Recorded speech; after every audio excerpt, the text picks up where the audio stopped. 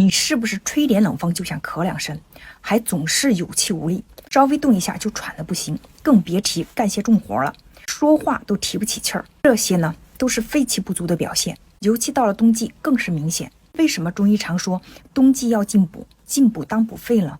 一方面是因为肺主气，主一身之表，肺气足则外邪就不易侵犯。